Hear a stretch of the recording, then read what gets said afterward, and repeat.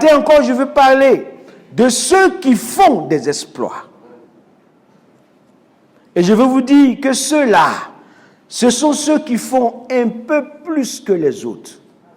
Si tu écris, souligne un peu plus que les autres. Alléluia. Un peu plus.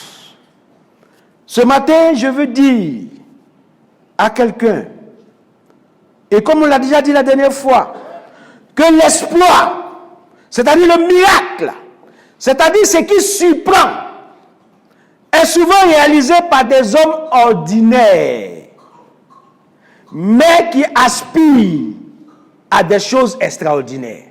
Alléluia. L'exploit est fait par des hommes ordinaires, mais qui refusent le statu quo, qui refusent la défaite, qui refusent la paresse, qui refusent que les choses restent en l'état, mais qui dans leur cœur disent, ça suffit, c'est assez. Alléluia. Je veux dire ce matin que l'exploit est réalisé par des hommes qui aspirent au changement, même si ce changement doit venir par un miracle. Tu n'as pas compris ce que j'ai dit. J'ai dit, l'exploit est réalisé par des hommes qui aspirent à un changement dans leur vie, même si ça doit se réaliser par un miracle. Est-ce que tu as compris ce que j'ai dit? Je veux dire que si ta situation là, pour qu'elle change, s'il faut que Dieu fasse un miracle, aspire à ce miracle. Alléluia. Parce qu'il y a des gens dont la foi s'arrête à partir du moment où il faut faire un miracle. C'est-à-dire que leur foi marche dans l'ordinaire. Une fois qu'on dépasse l'ordinaire, leur foi s'arrête. Tu ne peux pas voir des exploits dans ta vie. Tu ne peux pas. Il faut que ta foi aille au-delà de l'ordinaire. Ainsi, tu pourras voir, tu pourras faire des exploits. Alléluia. Je veux dire ce matin à quelqu'un que j'ai vu dans la Bible que ceux qui ont fait des exploits, ce sont ceux qui ont accepté l'invitation du Seigneur et qui se sont levés. Alléluia. Voilà pourquoi ce cantique sonnait. Ce cantique dit, lève-toi. Alléluia. Je veux dire à quelqu'un ce matin, lève-toi. Tu es encore assis? Alléluia. J'ai dit, lève-toi.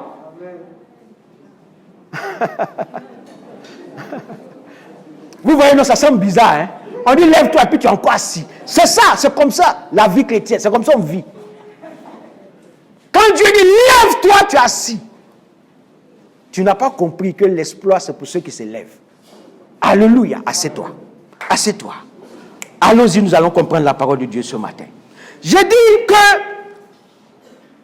dans la Bible, je dis bien dans la Bible, ceux qui ont fait des exploits, et c'est la première chose, ce sont ceux qui ont accepté de se lever, de répondre à l'appel du Seigneur, et souvent même de partir. Alléluia. Accepter le Seigneur, c'est bon. Mais on n'accepte pas le Seigneur pour rester assis. Alléluia. On accepte le Seigneur pour se lever.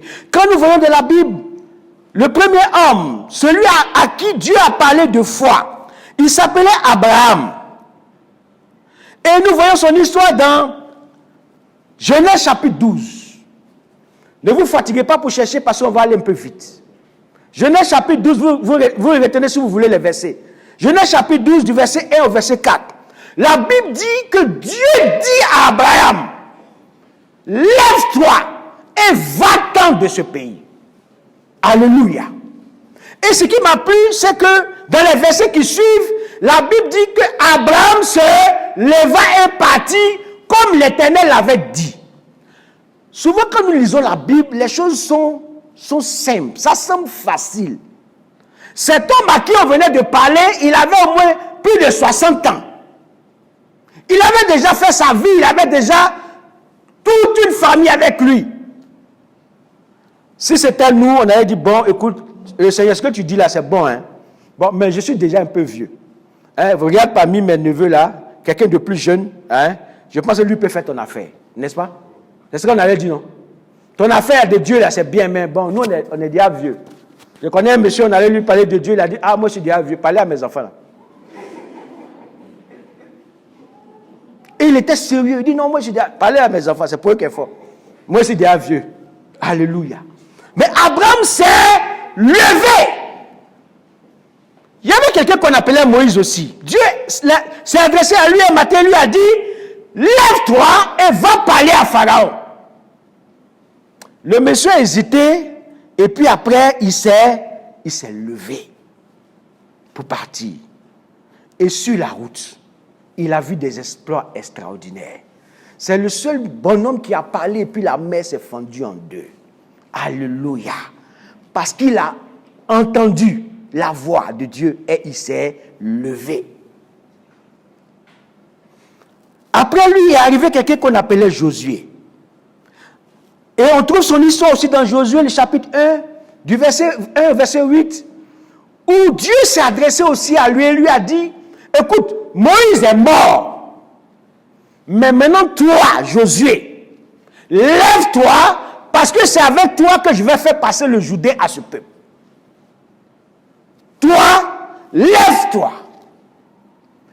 Et Josué a entendu cette voix. Et Josué s'est levé. Et sur son chemin, il a fait des exploits. Alléluia.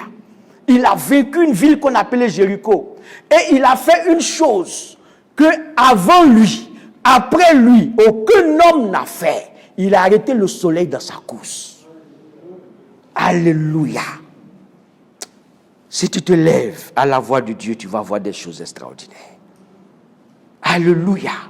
Donc la première chose que je suis venu dire à quelqu'un ce matin, arrête de rester assis.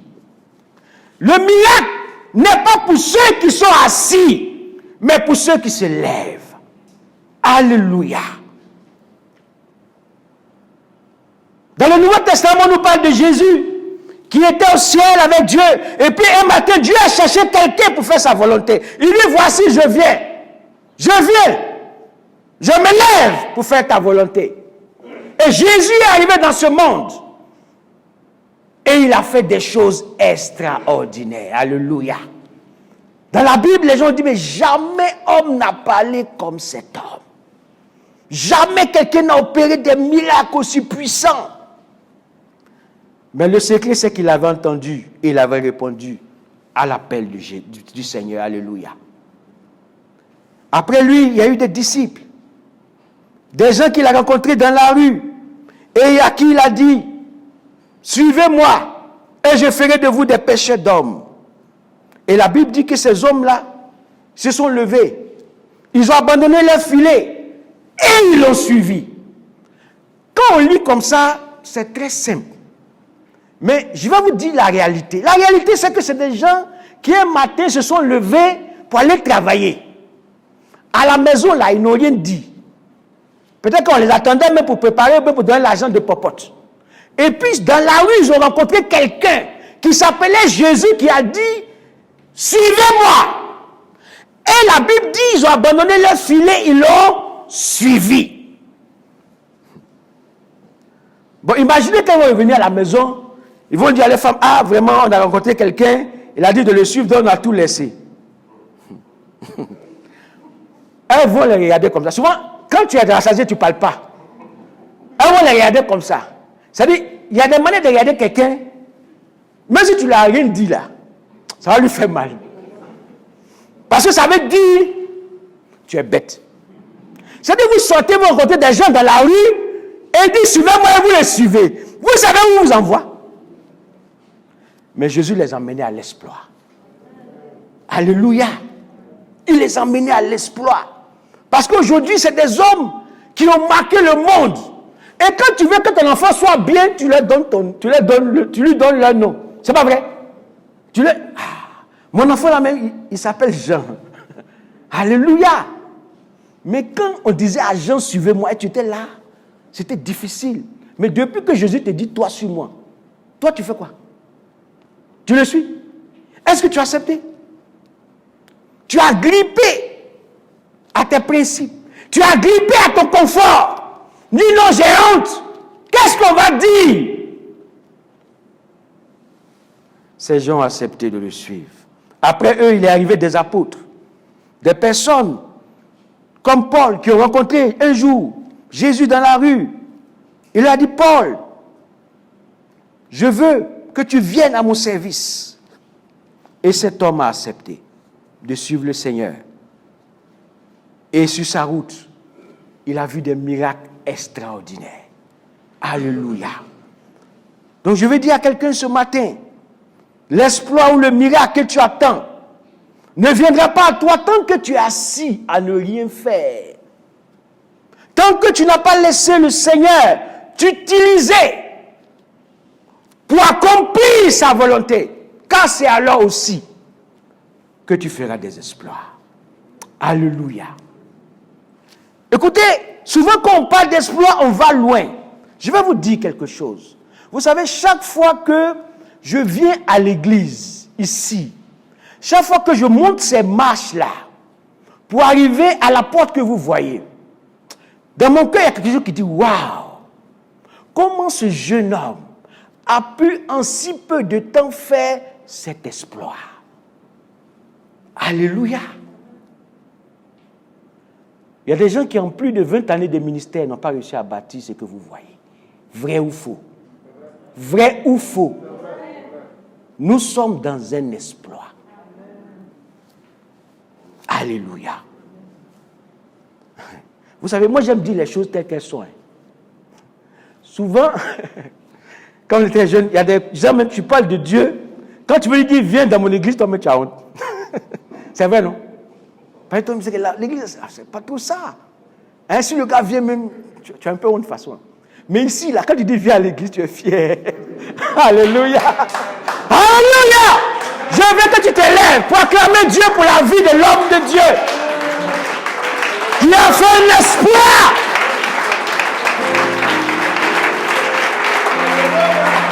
Acclame le Seigneur pour son serviteur. L'exploit. Alléluia. Nous sommes dans un lieu d'exploit. Et la Bible dit que la gloire de la seconde maison sera plus grande. Ce que je suis venu te dire ce matin, c'est qu'il faut que toi aussi, en sortant d'ici, tu sois un homme d'exploit. Alléluia. Que cette onction d'exploit te contamine au nom de Jésus. Qu'en sortant d'ici, on sache que tu es sorti de pierre vivante. Que ce soit une marque de fabrique, une marque déposée d'hommes et de femmes qui font des exploits. Gloire à Jésus. Pourquoi? Parce que la Bible déclare, dans Colossiens le chapitre 1, le verset 27, Christ en nous, l'espérance de la gloire. Alléluia. Christ en toi, l'exploit n'est pas loin. Il faut simplement que tu te lèves au nom de Jésus. Alléluia. Ça, c'est ce que nous avons déjà dit. Mais maintenant, mon message commence.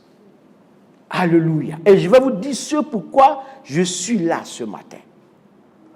Je suis là pour dire à quelqu'un que j'ai vu dans la Bible que ceux qui font des exploits, ce sont ceux qui ont fait un peu plus que les autres dans la manifestation de leur foi. Ce sont ceux qui ont fait un peu plus que les autres dans la manifestation de leur foi. Alléluia. Souligne un peu plus que les autres dans la manifestation de leur foi. Et nous allons lire la parole de Dieu dans Marc, le chapitre 2. Marc, le chapitre 2. Alléluia. Et nous allons lire à partir du verset 4. Une histoire de personnes qui ont fait un peu plus. Acte 2, à partir du verset 4. Comme il ne pouvait l'aborder. Lis le verset 3 plutôt. Comment c'est le verset 3? Nous allons nous tenir debout ensemble. Alléluia. Les gens vinrent à lui, amenant un paralytique porté par 4 hommes. Comme il ne pouvait l'aborder à cause de la foule, il découvrit le toit de la maison où il était. Et il descendit par cette ouverture le lit sur lequel le paralytique était couché. Jésus, voyant leur foi, dit au paralytique, mon enfant, tes péchés sont pardonnés. Amen. Acclamez ces hommes-là. Alléluia. Acclamez ces hommes. Alléluia. Voici des gens qu'il est bon d'avoir dans son entourage. Parce que tu es sûr que Dieu va faire quelque chose pour ta vie. À cause de ta foi, Dieu peut guérir quelqu'un. Alléluia. Voici des gens qui sont venus, qui ont entendu parler de Jésus, qui étaient dans un endroit. Et ils avaient un malade à guérir. En ce moment-là, ils sont venus avec l'individu. Ils n'ont pas encore fait d'exploit. Parce que je vous assure qu'il y avait plusieurs malades là-bas. Vrai ou faux? Vrai ou faux? Donc là, c'était encore ordinaire. Alléluia. Ils sont arrivés, on dit qu'ils ne pouvaient pas aborder Jésus. Si c'était nous ou bien quelqu'un qui est assis, il va dire, bon mon ami, vraiment on a fait des efforts. Hein. On a tout fait, on t'a envoyé ici. Mais le type là, on dirait qu'aujourd'hui, ce n'est pas ton jour de chance. Hein. C'est pas ça? Hein? On dirait qu'aujourd'hui, ce n'est pas ton jour de chance. On ne pourra pas le voir. Gloire à Jésus. Mais ils ne se sont pas arrêtés là. La Bible dit qu'ils se sont dit, bon, comme on ne peut pas le voir, nous on va monter. Alléluia, sur le toit. Mais imaginez-vous, pendant qu'ils étaient en train de monter, vous voyez que les gens les ont laissés faire. Les gens disent, mais il faut quoi cela? Mais qu'est-ce qu'il faut? Mais est-ce qu'ils sont obligés de le voir aujourd'hui? Ils ont dû accepter beaucoup de choses. Ils n'ont pas écouté ça. Parce qu'ils voulaient faire un peu plus. Et ils ont découvert le toit. Ils ont descendu le monsieur. La Bible dit quand Jésus a vu, il dit, mon ami, tes péchés te sont pardonnés. Alléluia. On dit, Jésus, voyant leur foi, a dit, mon fils, tes péchés te sont pardonnés. Tes péchés sont pardonnés. Parce que ceux qui t'ont envoyé là, c'est des hommes de foi. Alléluia. Ils ont fait un peu plus. Alléluia. Quand nous allons dans Marc, le chapitre 5. Marc, chapitre 5. À partir du verset 22, on nous parle on dit deux miracles extraordinaires. Mais moi, je veux surtout vous parler de ce que les gens ont fait. Pour qu'aujourd'hui, nos esprits s'ouvrent et que nous comprenions pourquoi depuis nous n'avons pas encore vu l'exploit. Alléluia.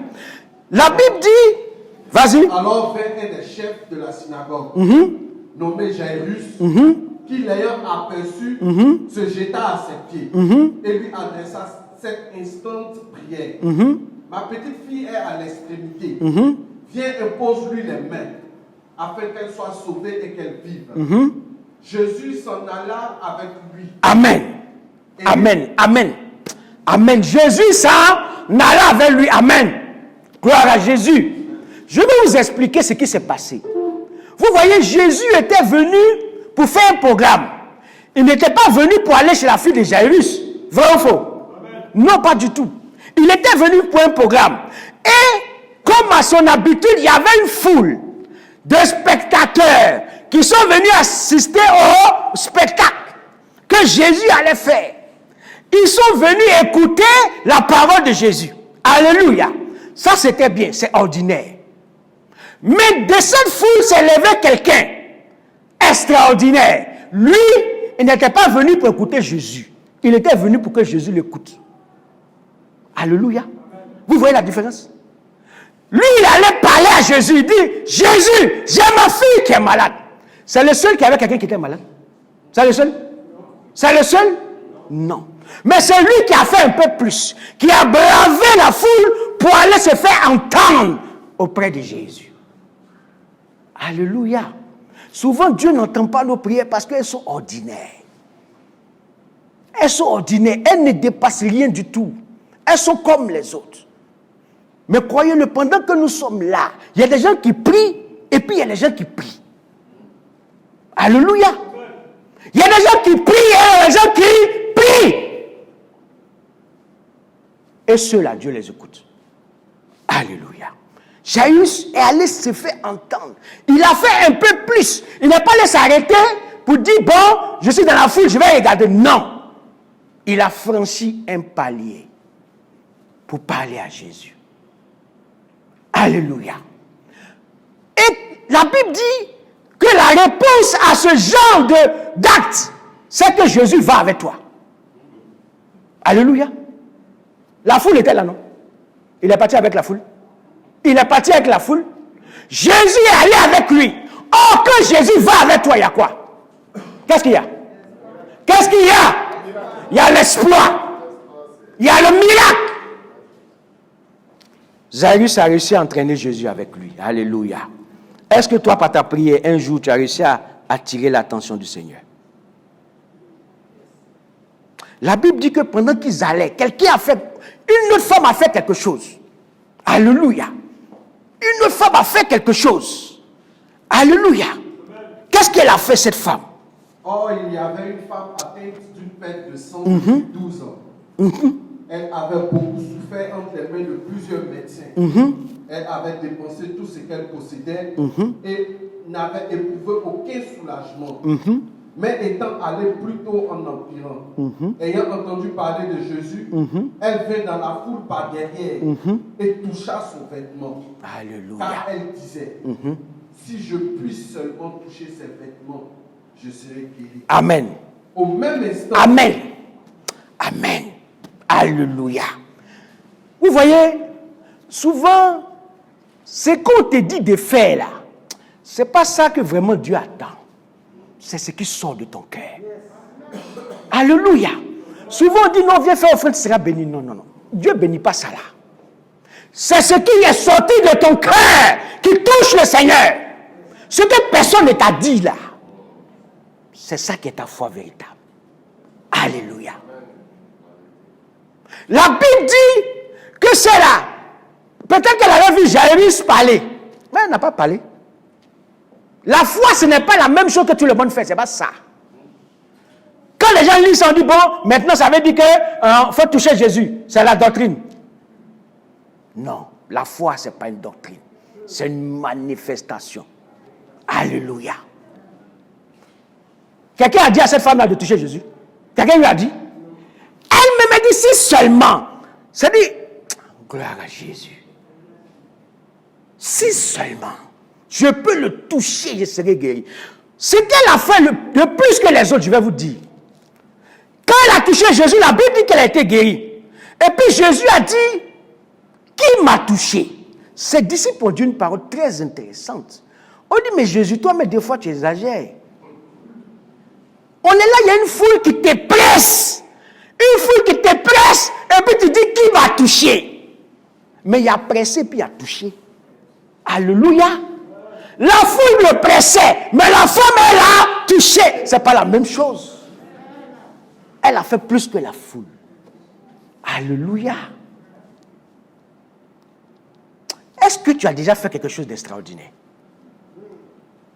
Par ta foi. Gloire à Jésus.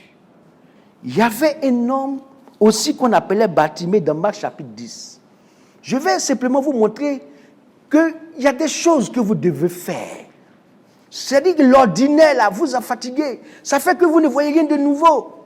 Il faut changer. Quand tu as fait quelque chose, ça marche pas. Il faut changer. Alléluia. Il faut changer. La Bible dit qu'il y avait quelqu'un qui s'appelait Bartimée. Lui aussi, il avait entendu parler de Jésus. Et il était aveugle.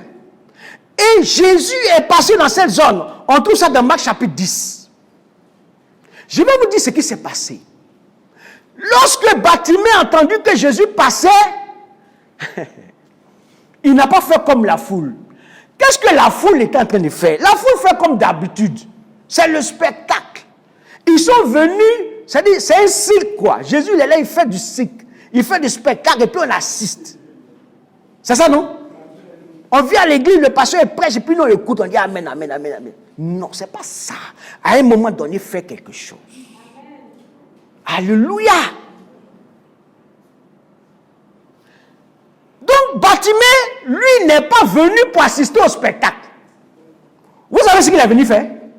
Lui-même, il est venu faire le spectacle. Il s'est donné un spectacle pour attirer l'attention du Seigneur. Il y a des gens souvent qui sont malades, ils prient, mais on dirait qu'ils ne sont pas malades. Non, vraiment, Seigneur, tu peux me guérir. Ah, je lui dis, mais est-ce qu'il est malade, lui-là? Il n'est pas malade. Seigneur, je veux me marier. Est-ce que tu veux te marier? Je veux du travail. J'ai beaucoup de diplômes. Tu sais, Seigneur? Non, tu ne cherches pas de travail. Alléluia. Tu ne fais rien de plus. Bartimée, la Bible dit, au moment où il était assis pour écouter Jésus faire le spectacle, lui, il a crié. Il a embrouillé tout le monde. Il a fait plus. Au moment où les gens voulaient écouter, lui, il a mélangé le coin. Parce qu'il avait un problème qu'on devait régler. Alléluia. Mais tu es trop calme, mon frère. Tu es trop ordinaire. Mon fils David, quand il veut regarder Pee-wee, ça veut dire qu'il est prêt à mélanger la maison. Si je n'ai pas peur avec ses fautes, il faut demander à sa maman. Quand je dis non, il fait tomber les chaises. Il jette les choses. Je dis, bon, mettez Pee-wee. Au moins, on va vivre dans cette maison. Alléluia. Bartimée a crié alors que les gens se taisaient. Et on voulait même le faire taire. Ah. Mais la Bible dit qu'il a refusé.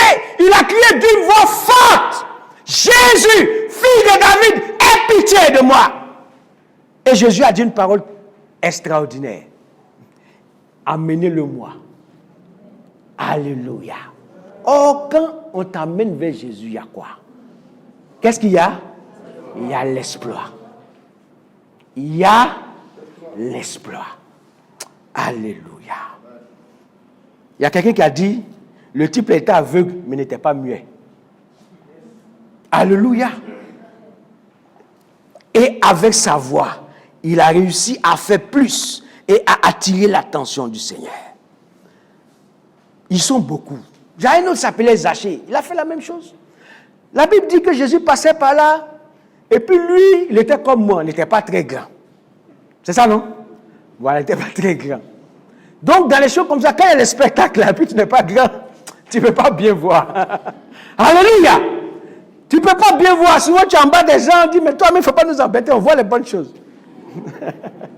Alléluia! Mais le type ne s'est pas laissé décourager. La Bible dit, c'était un homme âgé, hein, ce n'était pas un jeune. Mais il est monté sous un arbre. Il a fait plus pour pouvoir voir Jésus. Et comme il a fait plus, Jésus l'a vu. Il a dit, mon ami, descends. Parce qu'aujourd'hui même, c'est chez toi, il m'en va comme ça. Alléluia. Est-ce que tu veux faire quelque chose d'extraordinaire? Gloire à Jésus. Il y a quelqu'un qui s'appelait Paul, qui a fait beaucoup de choses aussi pour le Seigneur. Et il a dit une phrase, une parole que j'aimerais qu'on lise. Frère, prends Philippiens chapitre 3. Tu vas voir pourquoi toi, depuis, tu n'es pas en train de faire des exploits. Alors que lui, il a réussi à le faire. Philippiens chapitre 3, à partir du verset 12 jusqu'au verset 14. Quand j'ai lu, moi-même, j'ai été touché et je me suis remis en cause. Alléluia. Philippiens chapitre 3, à partir du verset 12. Écoutons la parole de Dieu. Elle nous enseigne ce matin. Alléluia. Tu as trouvé? Philippiens chapitre 3, à partir du verset 12. J'ai trouvé, je peux lire? Oui, ok. Ce n'est pas que j'ai déjà remporté le prix. Que j'ai déjà remporté le prix. Ou que j'ai déjà atteint la perfection. Ou que j'ai déjà atteint la perfection. Mais je cours pour tâcher de le saisir. Mais je cours pour tâcher de le saisir. Puisque moi aussi j'ai été saisi par Jésus. Puisque moi aussi j'ai été saisi par Jésus-Christ. Frère, je ne pense pas l'avoir saisi. Je ne pense pas l'avoir saisi. Mais je fais une chose. Mais je fais une chose. Oubliant ce qui est en arrière. Oubliant ce qui est en arrière. Et me portant vers ce qui est en arrière. Et me portant vers ce qui est en avant. Je cours vers le but. Je cours vers le but. Pour remporter le prix. Pour remporter le prix. De la vocation céleste de Dieu. Le prix de la vocation céleste de Dieu en Jésus-Christ. Il dit, je fais une chose. C'est que je cours. Alors que toi, tu es assis. Tu ne marches même pas. Nous savons ce que Paul a réalisé. Mais il dit, je fais une chose. Oubliant ce qui est en arrière. Oubliant ce que j'ai déjà vu. Oubliant ce que j'ai déjà expérimenté. Je cours. Alléluia. Je cours. Mais pourquoi toi tu es assis? Pourquoi tu ne bouges pas du tout? Pourquoi tu ne cours pas? Il dit, je cours pour remporter le prix. Je cours pour voir l'exploit. Je ne suis pas assis. Je ne marche même pas. Je cours. Est-ce que tu veux courir ce matin à cause de Jésus-Christ de Nazareth? Est-ce que tu veux courir dans ta foi pour obtenir quelque chose d'extraordinaire? Je cours. Ce que Paul a dit. Troisième et dernière chose que j'aimerais dire ce matin. Dans la Bible, j'ai vu qu'avant de faire un exploit, Dieu te demande toujours de faire quelque chose. Alléluia. J'ai vu à plusieurs reprises qu'avant de faire un exploit dans la vie de quelqu'un, Dieu demande de faire quelque chose. Il demande de faire quelque chose avant de faire l'exploit. Et j'ai vu la chose dans la vie du prophète Élisée. Un jour, une femme était venue le voir parce qu'elle était en danger de mort. Sa nourriture était achevée. Elle n'avait plus rien. Et elle est venue voir le prophète pour dire, homme de Dieu, je suis en train de mourir. L'homme de Dieu l'a regardé, il lui a dit, fais-moi d'abord à manger. Alléluia. Fais-moi d'abord à manger. Vous savez, souvent nous lisons la Bible sans la comprendre. Mais l'Esprit de Dieu nous permet de comprendre ce qui se passe. Quelqu'un a dit, mais si c'est pour faire manger seulement, ça, ce n'est pas un problème. Mais non, c'est parce que tu n'as pas lu la Bible. La femme avait dit au prophète que ce plat-là, c'était quoi? Le dernier plat avant de mourir. Manger comme ça, est-ce qu'on partage? Je te demande cette question. On partage? Est-ce qu'on partage ça? Elle dit, je mange et puis je vais mourir moi et mes enfants. Ah, si ça là, on peut te donner. Ah. Quand ça chauffe là, le petit vient dire, ah mon ami, c'est mon dernier billet. Ça là, on ne peut pas casser pour que tu quittes dedans. Alléluia. La femme dit, ça on va manger et puis on va mourir. Ah. Si tu n'as pas fait un miracle, il faut le laisser. Tu vas me tuer avant le temps. Alléluia. Mais elle a fait ce pas. Elle a fait la nourriture. Ce qui a suivi, c'était l'exploit. Parce que la Bible dit que ces cuves ne se sont plus jamais vidées. Elle a même appelé ses voisins pour prendre le surplus. La foi précède l'exploit. Alléluia. Toujours dans la Bible, il y avait quelqu'un qui s'appelait Naaman, un général, mais un général lépreux, qui un jour allait voir le prophète et il voulait avoir une guérison. Et l'homme de Dieu lui a dit, on trouve cela dans 2 Rois, le chapitre 5, l'homme de Dieu lui a dit, écoute, il faut aller te laver 7 fois dans le Jourdain. La Bible dit que le général l'a dit, mais vraiment, ceux-là ne respectent pas les gens, quoi. Est-ce que chez moi, là-bas, là, il n'y a pas l'eau? Il y a plein de rivières plus importantes que le Jourdain. Donc moi, j'ai fait tous ces déplacements pour venir nager. Ce n'est pas pour venir nager, je suis venu chercher guérison. J'allais nager 7 fois, pourquoi? Il était fâché, la Bible dit qu'il retournait chez lui. C'est ces gens qui lui ont dit, ah mon ami, ah toi aussi. Le gars dit de nager, il faut nager, il y a quoi? Ah! Vous savez, ce qui me plaît, c'est qu'il y a souvent des gens à qui Dieu dit, fais ça, tu vas être guéri. Il me dit, mais est-ce qu'on a oublié de faire ça? Vrai ou faux? Vrai ou faux? Ceux-là n'ont pas fait ça, puis ils ont eu. Pourquoi moi j'ai fait? Parce que tu n'es pas les autres. Alléluia. Tu n'es pas les autres. Tu es toi. Et Dieu veut faire quelque chose pour toi qu'il n'a pas fait pour les autres. Il ne faut pas te prendre pour les autres. Hein. Tu es toi. Alléluia. Et l'homme allait nager. Et il a été guéri. Alléluia. Josué, dont on a parlé tout à l'heure, devait aller se battre contre Jéricho, la grande ville. Et le Seigneur lui a dit, pour faire l'exploit, vous allez faire 7 fois le tour de la ville. Et le 7e jour, vous allez faire 7 fois le tour de la ville. Et je dis toujours qu'on lit la Bible très facilement. On a dit, on fait 7 fois le tour, on danse même. Tu sais ce qu'on appelle une ville? Tu sais ce qu'on appelle une ville? Si on te dit de faire 7 fois le tour d'Abidjan, tu peux? Tu peux? C'est-à-dire, vous lisez comme ça. Même faire 7 fois le tour d'Abobo, tu peux? Est-ce que tu peux? C'est une question. Réponds. Tu peux? Ah. Dieu a dit 7 fois le tour de Jéricho. Et quand j'ai lu la Bible, je me suis rendu compte que pour faire le tour une fois, ça prenait quoi? Une journée. Une journée. Alors vous pensez que pendant qu'ils étaient de faire ce tour-là, tout le monde était content? Vous pensez ça? J'ai dit, mais vraiment, ceux-là, ils nous embrouillent avec les histoires là.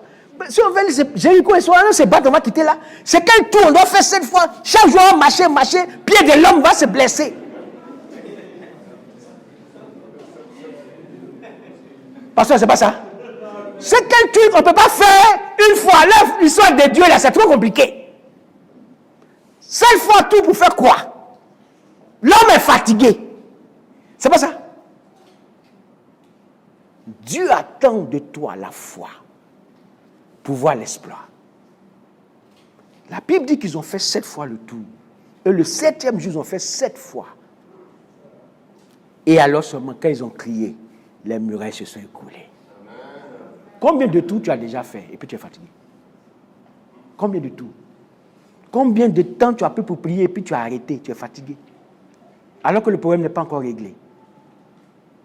Est-ce que tu vas laisser tomber? Ou bien tu vas te lever encore? C'est la question que je suis venu te poser ce matin. Alléluia. Oh, il y a beaucoup d'exemples comme ça. Lors de la pêche miraculeuse dans Luc chapitre 5, Jésus a dit, après avoir prêché, pris son temps pour prêcher. Ce n'est pas 45 minutes ou même 10 minutes de nous là. Hein? Jésus peut prêcher 3 heures, 4 heures. Et les gens ont attendu. Alléluia. Et puis quand il a fini, il leur a dit, bon, avancez en eau profonde et jetez. 2 choses. Avancer en eau profonde et jeter. Les gens lui ont dit, ah, mon ami, peut-être que tu ne savais pas. Mais on a fait ça toute la nuit. Hein? Ce que tu dis là, on a fait ça ici toute la nuit. Et puis on n'a rien pris. Alléluia. Ça, c'est l'ordinaire. C'est ce que tous les autres allaient dire. Tous les autres pécheurs. Nous, on les a vus même. La nuit, ils étaient là. Mais ils ont fait un pas de plus. Sur ta parole, nous allons encore jeter. On va encore essayer. Parce que tu l'as dit. Et alors qu'ils ont obéi, ils ont vu l'exploit. Alléluia. Tu as prié toute la journée, toute la nuit, toute l'année. Il reste quelques jours. Est-ce que tu veux encore prier pour voir le déblocage de la situation au nom de Jésus? Jésus a rencontré 10 lépreux. Il a prié pour eux et puis il leur a dit, allez vous montrer au souverain sacrificateur. Et puis on dit sur la route, ils ont été guéris. Alléluia. Amen. Mais là, vous ne savez pas ce que Jésus leur a dit. Ce que Jésus a dit là, il les a mis en danger. Est-ce que vous le savez? Vous le savez? Je vais vous dire. Vous savez, en son temps là, les lépreux ne se promenaient pas en ville. Hein? Les lépreux là, si on te voit en ville, on te fait quoi? On te lapide. Et puis vous connaissez le souverain sacrificateur? C'est même si la population même t'a laissé là, eux ne vont pas te rater. Et Jésus dit, allez vous présenter à ceux-là. Et au moment où Jésus disait cela, ils étaient guéris. Elle s'était guérie. Bon, puis tu vois même un lépreux, ça marche, un souverain sacrificateur. Bon, je suis venu me montrer. Et puis, on va me lapider, quoi. Alléluia. Mais c'était une parole grave. Une parole dangereuse. C'est comme si on te dit, va avec un pistolet chez le président de la République, il dit, je suis venu faire coup d'État. Et tu as fini ta phrase même. Ta famille ne va plus te voir. Alléluia. Et la Bible dit que alors qu'ils partaient, parce qu'ils ont accepté de partir sur la parole, en chemin, ils ont été guéris. Vous savez pourquoi ils ont été guéris en chemin? Parce qu'ils ne devaient pas arriver malades. On allait les lapider. Est-ce que vous pouvez acclamer Jésus de Nazareth?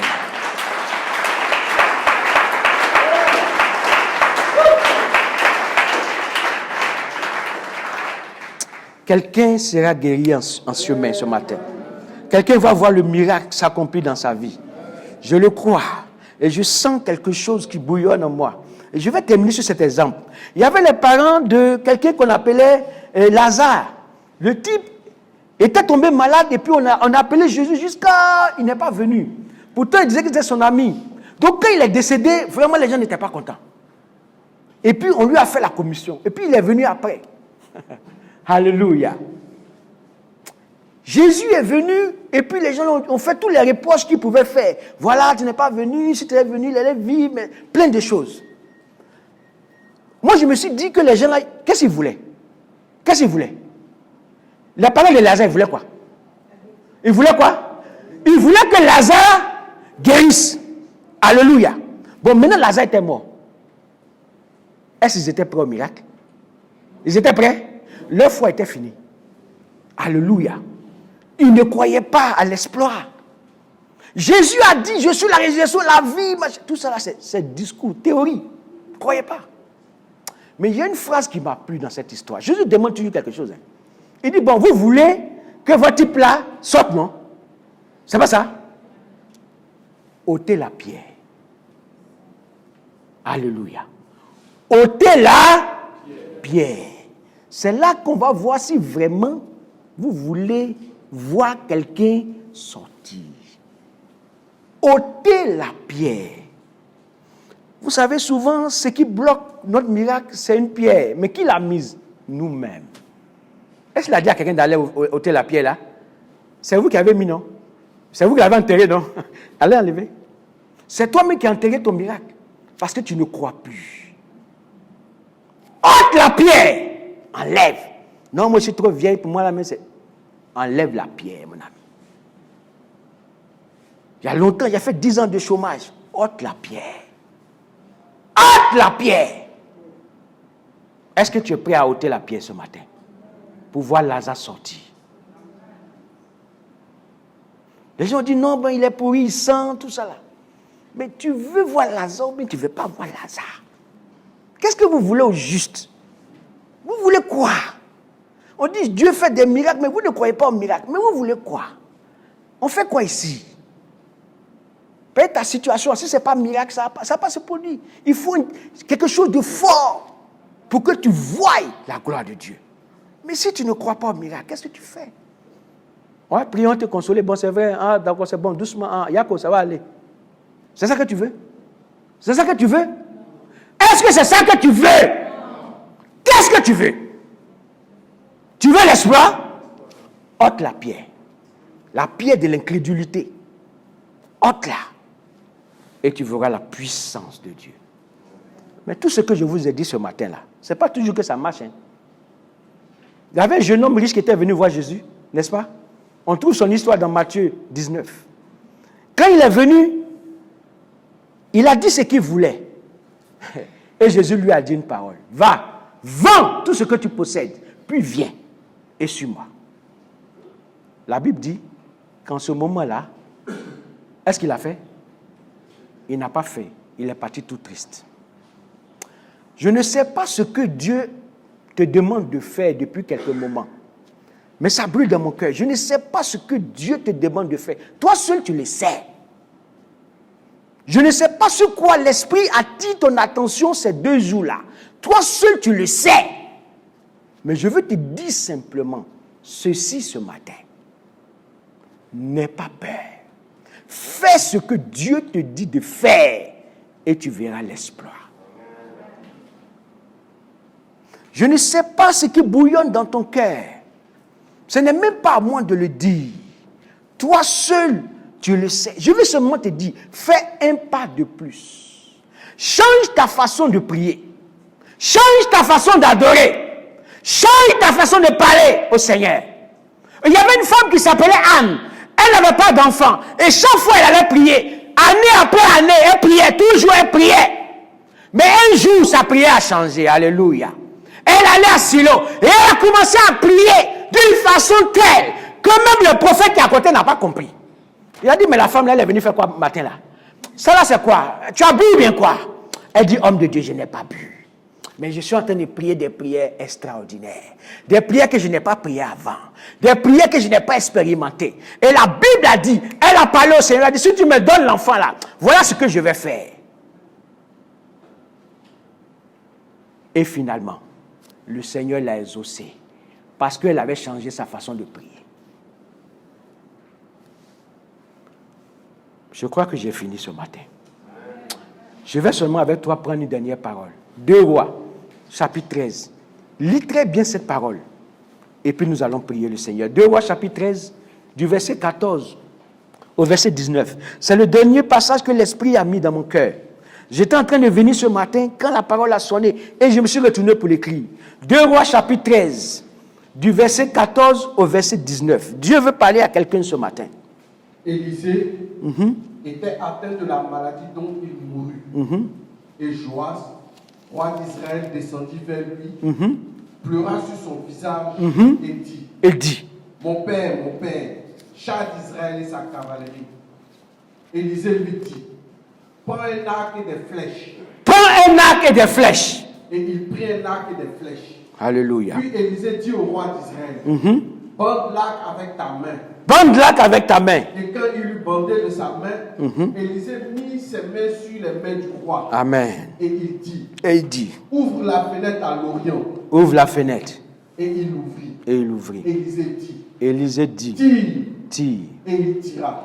Élisée dit, c'est une flèche de délivrance de la part de l'Éternel. Alléluia. C'est une flèche de délivrance de la part de l'Éternel. Continue. Une flèche de délivrance contre les Syriens. Une flèche de délivrance contre les Syriens. Tu battras les Syriens à Afek jusqu'à leur extermination. Alléluia. Élisée dit encore, prends les flèches. Prends les flèches. Et il les prit. Élisée dit au roi, dit, frappe contre terre. Frappe contre terre. Et il frappa 3 fois et s'arrêta. Il frappa 3 fois et s'arrêta. L'homme de Dieu s'irrita contre lui. L'homme de Dieu s'est fâché. Et il dit, il fallait frapper 5 ou 6 fois. Il fallait frapper 5 ou 6 fois. Alors tu aurais battu les Syriens jusqu'à leur extermination. Alors tu aurais battu les Syriens jusqu'à leur extermination. Maintenant tu les battras 3 fois. Amen. Maintenant tu les battras 3 fois. Alléluia. Vous savez, quand je venais ce matin, l'Esprit a mis cette parole. Il m'a dit, il y a des gens qui ont tiré des flèches de délivrance, mais pas assez. Il dit, tu as tiré, oui. Mais si tu avais tiré 5 ou 6 fois, tu aurais battu les gens jusqu'à l'extermination. Tu aurais vu ton miracle apparaître. Il te faut reprendre les flèches et tirer encore. Je ne sais pas contre qui tu tires. Je ne sais pas ce que tu veux. Mais Dieu dit, reprends tes flèches et tire encore. Et tu verras ta délivrance s'opérer au nom de Jésus de Nazareth. Si tu étais fatigué, si tu étais découragé, redresse la tête. Car le combat n'est pas encore fini et tu n'as pas le droit de t'arrêter. Tire encore des flèches et tu verras la gloire de Dieu. Et tu peux te lever, nous allons prier le Seigneur ce matin. Alléluia.